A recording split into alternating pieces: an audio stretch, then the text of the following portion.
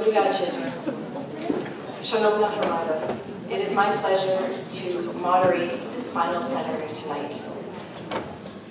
The future of our Ukrainian diaspora is a conversation about connection, identity, and transformation in an increasingly globalized world.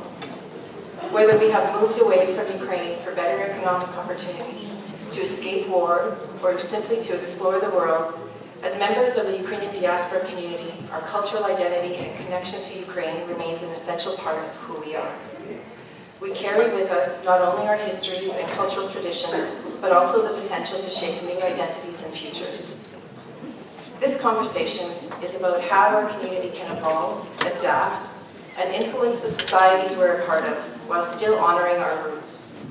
As we look to the future, how will the next generation of our Ukrainian diaspora communities balance the tension between integration and preservation? And how will our contributions to innovation, culture, and global dialogue reshape our collective world? I've had the privilege to work in our Ukrainian Canadian community with all three of our speakers tonight. These leaders have committed their time, financial support, and expertise to the Ukrainian community for decades. With 10 years of experience as president of both the Edmonton and Provincial Council of the Ukrainian Canadian Congress, Orysia Boychuk has been active in navigating the Ukrainian community in Alberta through various challenges such as COVID-19 and the Russian invasion in Ukraine. Orysia is recognized as a trusted leader who has presented at international, national, and provincial conferences where she's worked to enhance community capacities. She's an accomplished community development activist who focuses on strategic planning and operational improvement based on her experience from a 20-plus year career as senior human resource manager with federal and provincial governments. Alexandra Chyczij, since 2018, has served as president of the Ukrainian Canadian Congress. Alexandra is a lawyer by profession and for over 25 years has led prominent legal associations such as the Advocate Society and the Canadian Corporate Counsel Association. Since Russia invaded Ukraine on February 24th, 2022, Alexandra has been the community's leading voice in shaping the diaspora's and Canada's response to the war. She was twice named in the top 40 of Canadian foreign policy influencers for UCC's advocacy on behalf of Ukraine. These efforts were also recognized with an Order of Merit presented by President Volodymyr Zelensky of Ukraine. And our third panelist is Grod, President of Ukrainian World Congress, a global NGO that represents the interests of Ukrainian communities around the world. With member organizations in 80 countries, the priorities of the UWC are Ukraine's victory, rebuilding Ukraine, and strong Ukrainian communities around the world. Previously, Paul was the president of the Ukrainian Canadian Congress.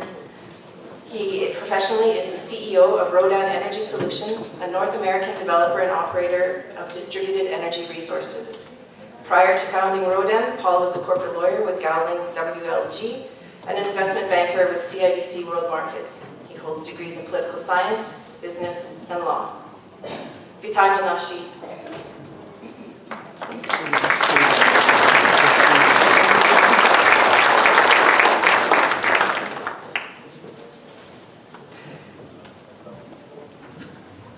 Can you briefly share with us the key insights into our Ukrainian diaspora today from your specific perspectives as Ukrainian World Congress President, Ukrainian National President, Ukrainian Canadian Congress National President, and Ukrainian Canadian Alberta Provincial Council President? I'm going to start this question with you, Orysia. I'd say that some of the insights and reflections on our community would be that this year, last year, we've been celebrating some very significant key milestones. So this year, we're UCC-APC celebrating 50 years of existence that has been working very hard and for 50 years. We also have a lot of many other organizations that are also celebrating significant milestones. As you heard today, Dnipro Choir is celebrating 70 years. So these are really significant and deep roots that we have in our community. Yavid has just a few weeks ago celebrated 40 years. It's the Ukrainian male choir. Shomka's celebrated 65 years this year. We have the Ukrainian Catholic Women's League of Canada in Edmonton celebrating this year 80 years. So you can see that we have a lot of deep, very deep history in this province of Alberta. We've also been responding significantly to the unprecedented wave of migration that has come from Ukraine as a result of the Russian war. We've received almost 65,000 newcomers since 2022 due to the war, and as we've discussed, it's one of the largest and it's the recent most largest wave of migration. So we're receiving quite community mobilization and growth, and that is spurring a lot of work in our communities across the province. People want to be organized, they want to gather, they want to learn, they're hungry for information, they want the connections. And we are adapting to the needs and these challenges. We have also historical funding disparities. In the past, not just before the war, it was very difficult to receive any financial funding from the government. The government was really not financially supportive when we applied for programming. What they told us was that the Ukrainian community is very organized and it's strong, and the government decided to fund other communities that they felt were more of a priority. And we'll see how we move forward in the years ahead. Дякую. Лесю. I have to agree with Orysia that our community is growing, changing, and that we must evolve with it. I've been involved with the UCC in one fashion or another for many years, and it used to be that I would walk into a room and know everyone. Today I walked into this room and there are probably a dozen people that I've known for more than 20 years. Some of you I've known for 5 years, others I met in the last 48 hours. And I am very pleased to see the diversity and both demographically, generation-wise, that we have in our community today. And it's important for us to embrace that change. I've been to Calgary and the previous week to Montreal, and of course I see what's happening in Ottawa on a regular basis. And it is inspiring, and we are so glad that those who have been displaced here by the most unfortunate circumstances, that we are the beneficiaries of them joining our community and helping us grow.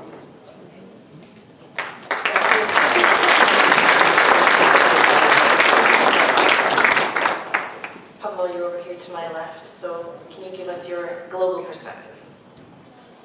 Thanks, Andrea. Can you hear me okay? Yeah. Excellent.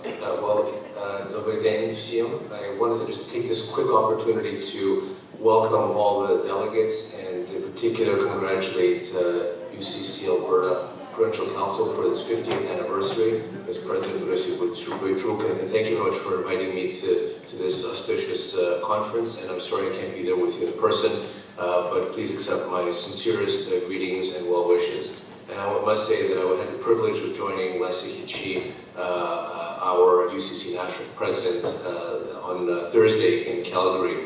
And it's wonderful to see such a vibrant Ukrainian community in Calgary and leadership of the Ukrainian Canadian Congress. And it's certainly progressed, and we are certainly on an upswing. So congratulations to all, and let's keep up that great work. So just high level quickly, today Ukrainians outside of Ukraine are we almost have as many Ukrainians living outside of Ukraine today as we have living inside of Ukraine. And so that presents a significant challenge for Ukraine. And it creates a significant both challenge and opportunity for us as Ukrainian community leaders, whether it be in Canada or globally. Today, as Andrea mentioned, the Ukrainian Congress brings together communities in over 80 countries around the world, 25 million plus Ukrainians. And as you know, the Ukrainian World Congress has been around for 60 years, but today the Ukrainian World Congress is no longer the Ukrainian World Congress of our parents' generation. Neither is the Ukrainian Canadian Congress. And we should take a lot of great pride that we've been able to continue to build on the successes of the past. We've got 5 waves of distinct immigration, and we see that almost every community around the world faces the challenges of engaging and integrating new waves. We do have an advantage in Canada in the sense that we have the institutions to be able to help support them. Yes, they're busting at the seams, but at least we have the foundations. In most other countries, in particular in the European countries that have seen the most immigration, we don't have those institutions. And that's one of the Ukrainian World Congress's biggest challenges, is how do we ensure that we have those institutions that will be able to ensure that Ukrainians stay Ukrainian while living outside of Ukraine, and hopefully eventually encourage their return. The other thing I'll mention is that the Ukrainian, I'll call it diaspora for now, but I'll use the word global Ukrainians in a second, is gaining political influence. And there is not a country that I visited so far that I've not been able to get a meeting, thanks to the influence of the Ukrainian community, with at least a minister level.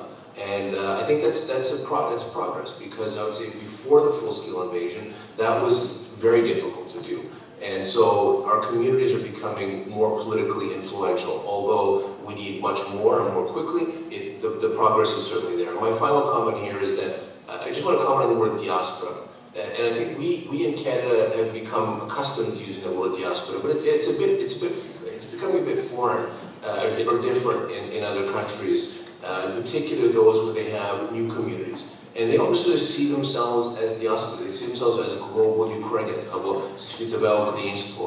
And there's a tendency to kind of look at diaspora as the old generation. You know, like most of the established community organizations like UCC or UKK or SWA or SUB in Great Britain, they're looked at as the old diaspora. The others look at themselves as global Ukrainians. And I think that's something for us worthy to think about is, do we want to be diaspora or do we want to be global Ukrainians? Because now we're in a situation where people may come and live in Canada or Germany for a few years and then they'll go back to Ukraine. And I think people are now becoming global Ukrainians. So it's worth a further discussion. So my next couple of questions to all of you will be, what are the current most pressing challenges, and what future opportunities do you see for us as a global Ukrainian community? What is it? So I will kind of collect some thoughts based on some of the information that has been collected from these sessions. And what was brought forward from the discussions in the various sessions held today. Funding are gaps, you know, they're pressing challenges. Money's an issue.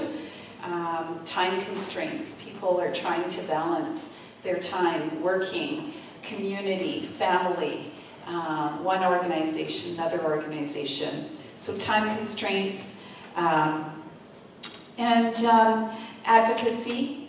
We heard some discussions about advocacy, representation, and how to effectively advocate for the evolving needs of our community.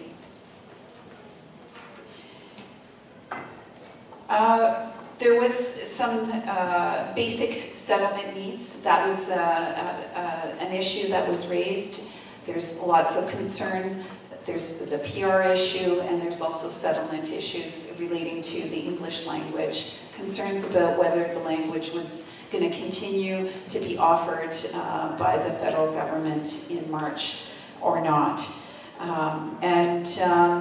And building connections and working in isolation. So some of the challenges of people feeling remote, feeling that they live far away and removed from other parts of the community.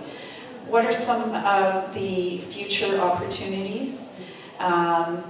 Building for tomorrow, and And really this is what this conference was really all about, you know, to get those conversations going. And what we heard back was, you know, creating that networking platforms and these meetings that we're having in person, making those connections, making those personal relationships.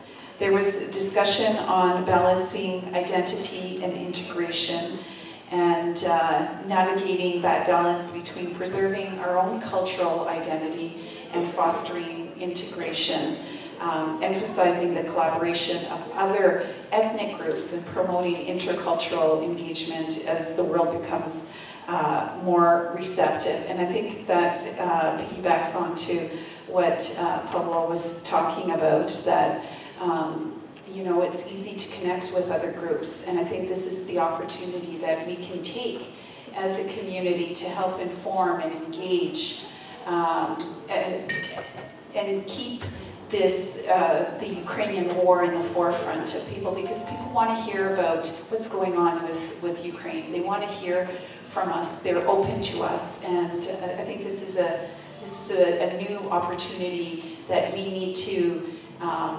leverage.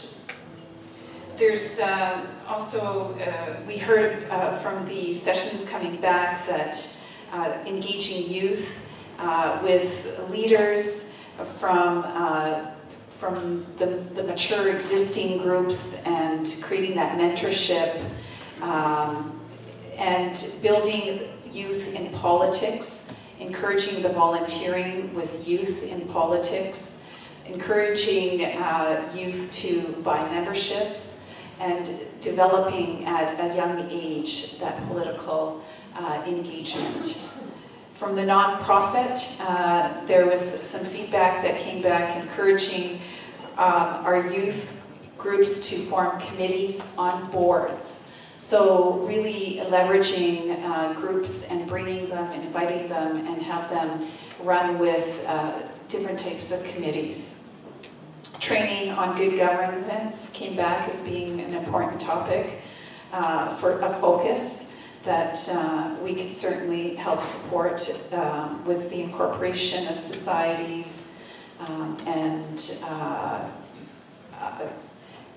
in terms of the parenting, or the bilingual program, finding ways to help the Ukrainian students retain, and the retention issue with the older students in the bilingual programs that we're experiencing. A lot of them want to leave and try, and it's how do we keep them engaged and staying with the program. Ukrainian dance, they're talking about virtual meetings for all dance groups, discussing and collaborating on strengths and best practices.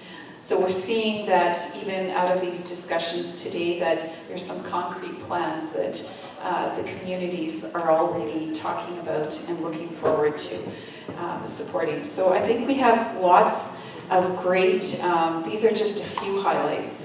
There's so many more that have come into the UCC-APC office today from our discussions, and we'll be sharing those more broadly in the days and weeks ahead. So thank you. Thanks, Orysia. Lots was covered today. Bless you.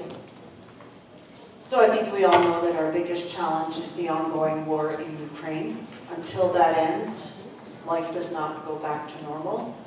Not for us and not for Canadians. We will continue to see inflationary oil and gas prices. We will continue to see rising food costs, because all of these things are related.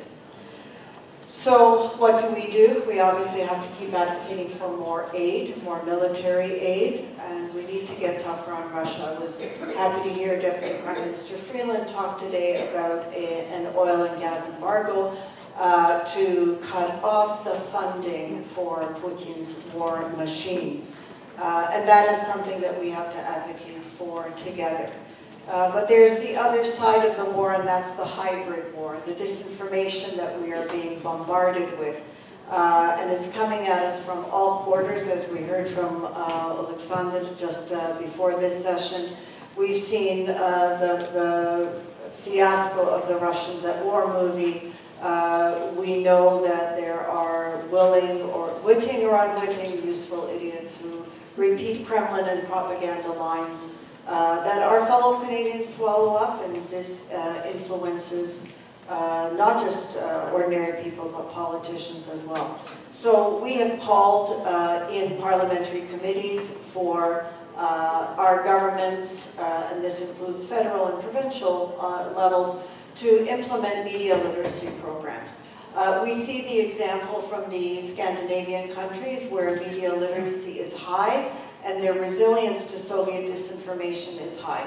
This is primarily in countries that are closer to Russia, which have been targeted, like Finland, for instance, with they share a border. They've had to insulate their population from this. We, of course, we learn about the disinformation campaigns that have been targeting us, unfortunately, from our American neighbors. They are the ones who are uncovering and arresting these rings, like the Tenet Media ring recently, which we now know was owned by two Canadians, with Canadian social media influencers, and we are sitting here like sitting ducks, literally. So we need to take more action on that. We need to demand that our government do something about it. And of course, we need to increase our political engagement. I think I said in Calgary that, and I quoted a former vice president of the UCC, what politicians need is the 3 V's. They need our votes, and we encourage you to vote, doesn't matter which party, but get out and vote. They need volunteers. Get involved in the political campaigns. Pick your candidate, we don't care which one it is, but get out there and engage so that if your candidate is successful, you will have their ear when you come knocking on their door to ask for their support on a key issue. And of course, there's the valuta. They need political donations to run their campaigns, and every time you walk into a politician's door, they are checking the Elections Canada list to see if you're a donor. And if you are, guess what? They'll listen to you. So this is also echoing, again, what Krista Freeland told us today. The government will implement the policies that they know are important to you. So we need to communicate to politicians at all levels the things that matter to us. And to help us in doing that, we have a parliamentary internship program at the UCC, which has generated chiefs of staff, and our own Ihon Mechachishin was the product of some of those parliamentary internship programs, and we are grateful for his leadership. We have our Youth Ambassador program, which is, I think, echoing nicely across Canada, and they were very prominent in participating in our Day on the Hill last month.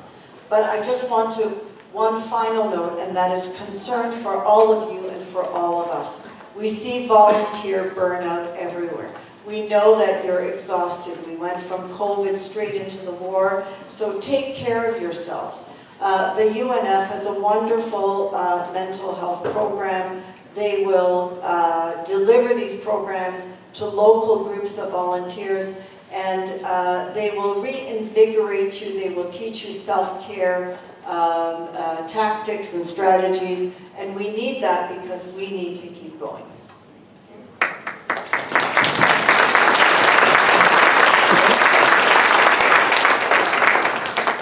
Pavlo, what can you add?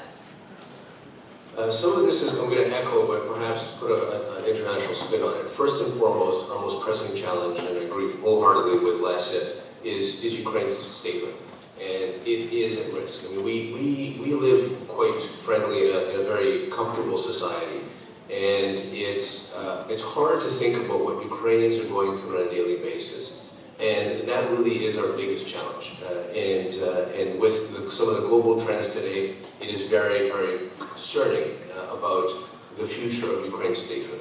Today, Ukraine is holding back the second largest army in the world, and it's incredibly important that we maintain international support for Ukraine. And there's a very big risk today, based on the most recent US elections, based on the recent political chaos in Germany, that some of our biggest allies in the world, meaning us, Ukraine, are today going through a significant change. And there's a significant risk to that support that Ukraine is receiving today being reduced dramatically. I was just in Ukraine in September, and one of the meetings I had was with General Bodanov, and he said, if you can do one thing, please ensure we do not get any less than we're receiving today. Yes, we need more, but we are very concerned that we're going to get less than we're actually getting today. And that's where I'm calling on all of us in Canada and around the world, that we need to maintain support among civil society, because as we all know,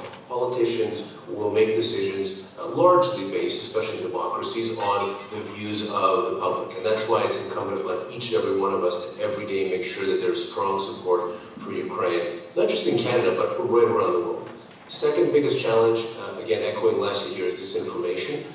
Disinformation, I'm just flabbergasted how much Russian disinformation in Canada and the United States has permeated the political discourse. And if a country like Canada or the United States are being heavily infiltrated by this Russian disinformation, think about what's happening in the EU. Think of what's happening in the global south. I mean, I was in Brazil on a tour in South America, visiting several of our communities and leaders, and I had an opportunity to meet the foreign minister of Brazil. And after an hour, I walked out and I thought we were going to get into a fist fight.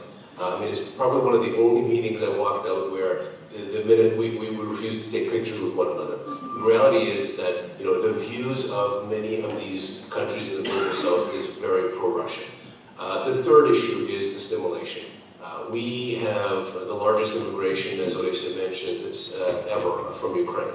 And if we cannot allow those Ukrainians who left Ukraine to assimilate, so we need to create those institutions. And I will tell you in particular in Europe, Ruski Mir, the Russian world, is actively trying to recruit and assimilate those Ukrainians, whether it's through cultural centers or language training or the Russian Orthodox Church.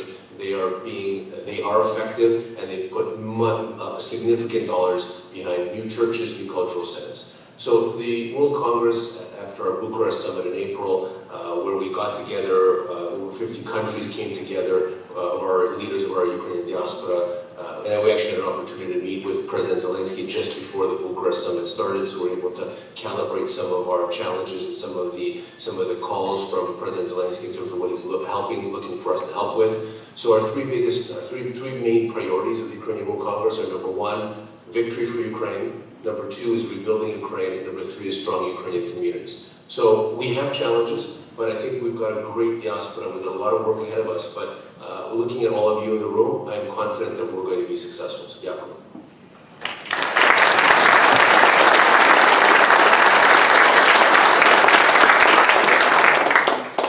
Pavlo, with those thoughts, if you could offer us one piece of advice for the Ukrainian community around the world, what would it be? The one piece of advice I would offer is we need to ensure that we are a strong and influential Ukrainian community for generations to come. Like Stalin tried to execute the Ukrainian, or kill off the Ukrainian community or Ukrainians in Ukraine through the Holodomor, Putin is trying to do the same today with full-scale invasion. And Russia will not stop. We cannot allow the global community to believe that some sort of peace deal will stop the Russians.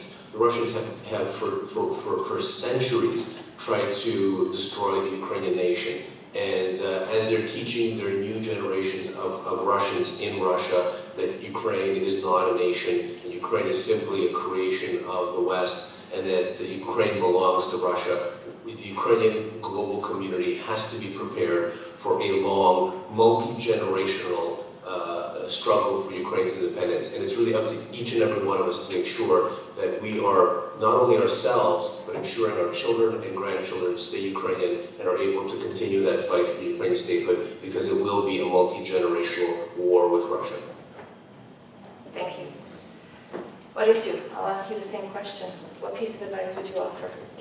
I would just echo what Pavlo said, is we need strong communities, and that's what this conference was all about. It was to continue building that strength, that pathway forward. You know, all these discussions we had all day, the 16 discussions about szkole, about the culture, our dance, our art. You know, we need to reinforce all of that. We need to keep promoting that. We need to keep developing that. We need to organize. We need to be organized. We need to have that strength, and we need to advocate for our identity, our culture, and our needs. I'd like to add one more thing, and that is, on top of being strong, or no, not even to be on top of it, but what will help us to be strong is to be united. If we're all united, fighting for the same cause, paddling in the same direction, we will be stronger.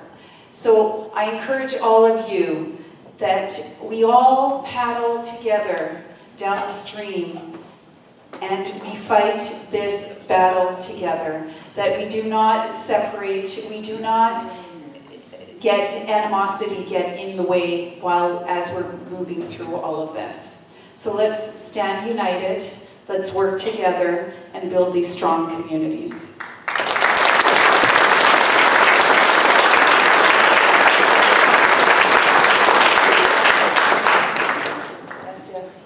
So I think we're all in violent agreement, you know, that we need to keep on doing what we are doing. Pavlo tells me, and I believe him, that Canada has the strongest diaspora in the world. And that's because we've been here for over 130 years. We've been supporting Ukraine in her hour of need throughout that period, whether it was in rallying knowledge around the Holodomor, getting Holodomor recognized as an act of genocide.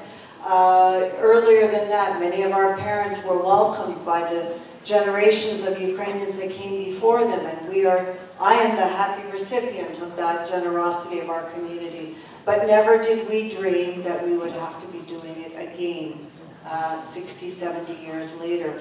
And we owe it to our brothers and sisters in Ukraine to keep the fight going. Дякую.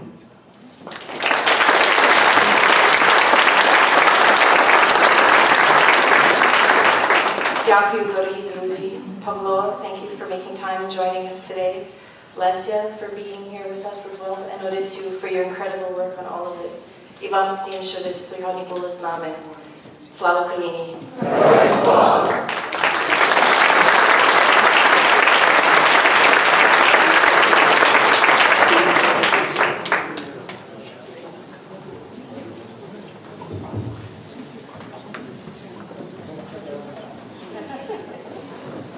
Did everybody enjoy the day?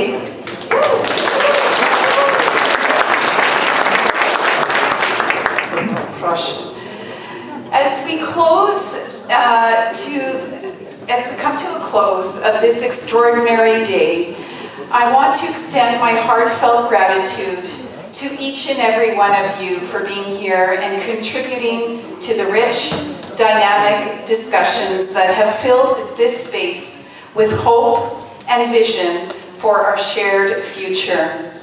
Від імені Конгресу Провінційної ради Альберти хочу щиро подякувати всіх вас, що ви тут приймали участь і доповнили ці розмови, і щоб ми разом співпрацювали.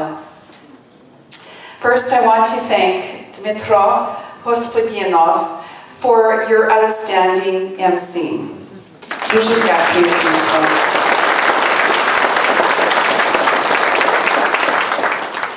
I want to express my deep appreciation to the conference staff here at the Edmonton Conference Center, the AV Systems team, thank you. You kept this flowing unbelievably. As well as to Boss Events, Orysia, Cindy, Brenda, where are they? They're busy running around, who've been working night and day relentlessly, keeping us all on track.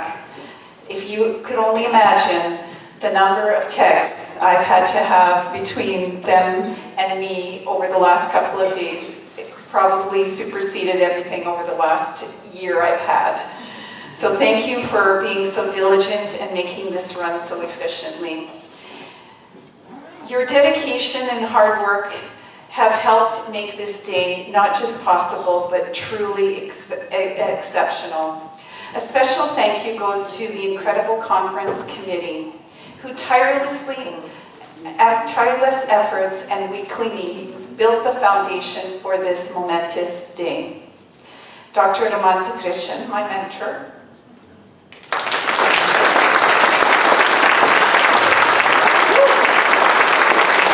my advisor, my visionary, whose wisdom has been invaluable. Thank you. Andrea Kopylech, my second-in-command mentor and advisor, for your guidance and steadfast support, always being there. Thank you.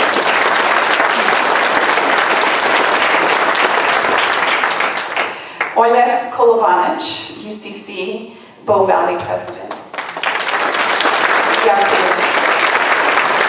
the one who brought the newcomer perspective, amazing. Yaku. Rena Hanchuk, who was always there, always willing to give a helping hand.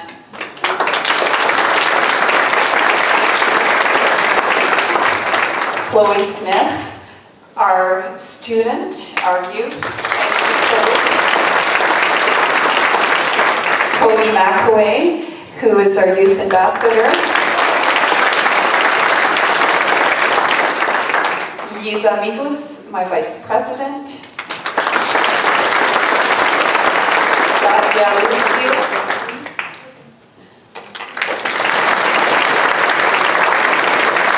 Karen Graves, who has always been there, providing some kind of advice. And Alyssa Stoddard, our other youth on the team. Thank you, Alyssa.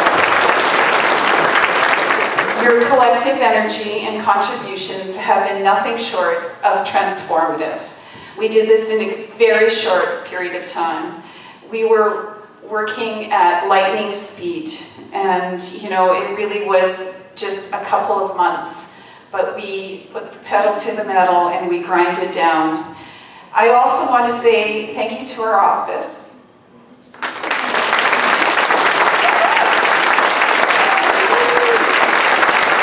Where are they? There they are.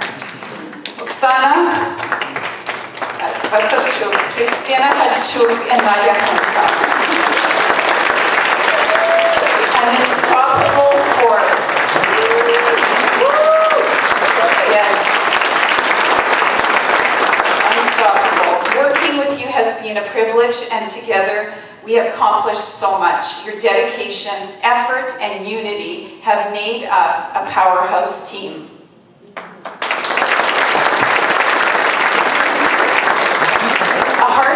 Thank you to all, as well as all the delegates, presenters, moderators who brought valuable insights and perspective to our discussion today. It was an extreme pleasure to get to know all of you and bring you here to this day.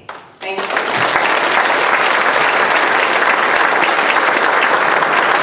Your participation enriched this experience for everyone involved. We brought diversity, and that was the key. We reflected our community. Thank you. I also want to extend a gratitude to our sponsors, whose support has been instrumental in making this event a reality. We did not receive a government grant to operate this. This has been done all on the donations of our community, individuals, businesses, and organizations. So thank you. Without your help, we would not be here.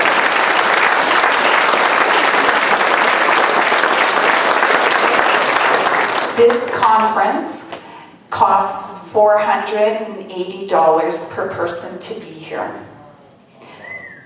So you can imagine the subsidy.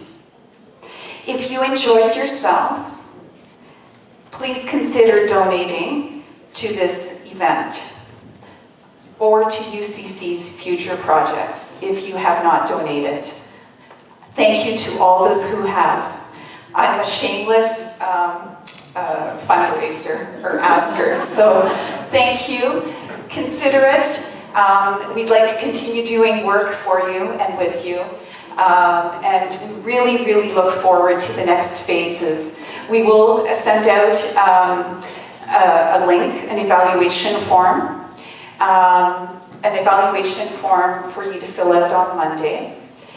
We will be getting to work. We'll be summarizing the outcomes, the 2 to 3 outcomes that we asked for the groups to deliver on, and we'll be summarizing that. There will be conference proceedings that will be put together that you will be able to get the notes from all the researchers or all the presenters here.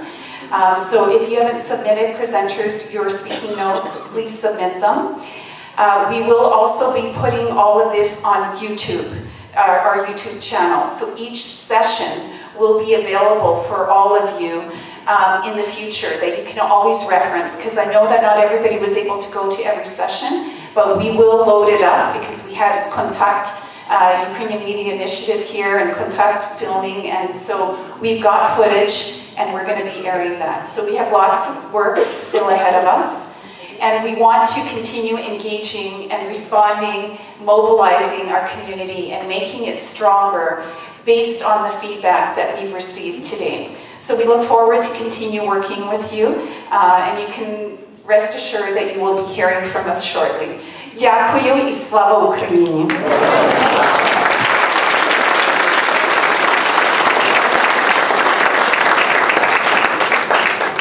I love your work.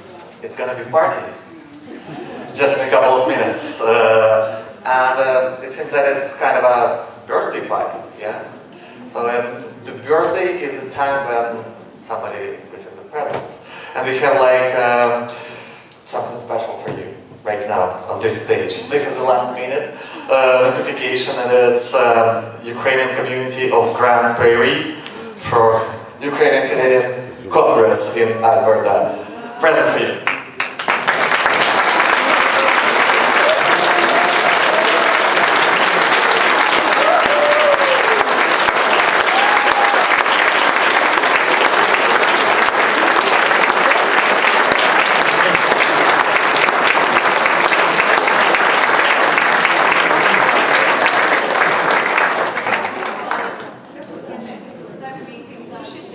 Wow, what a beautiful, beautiful gift.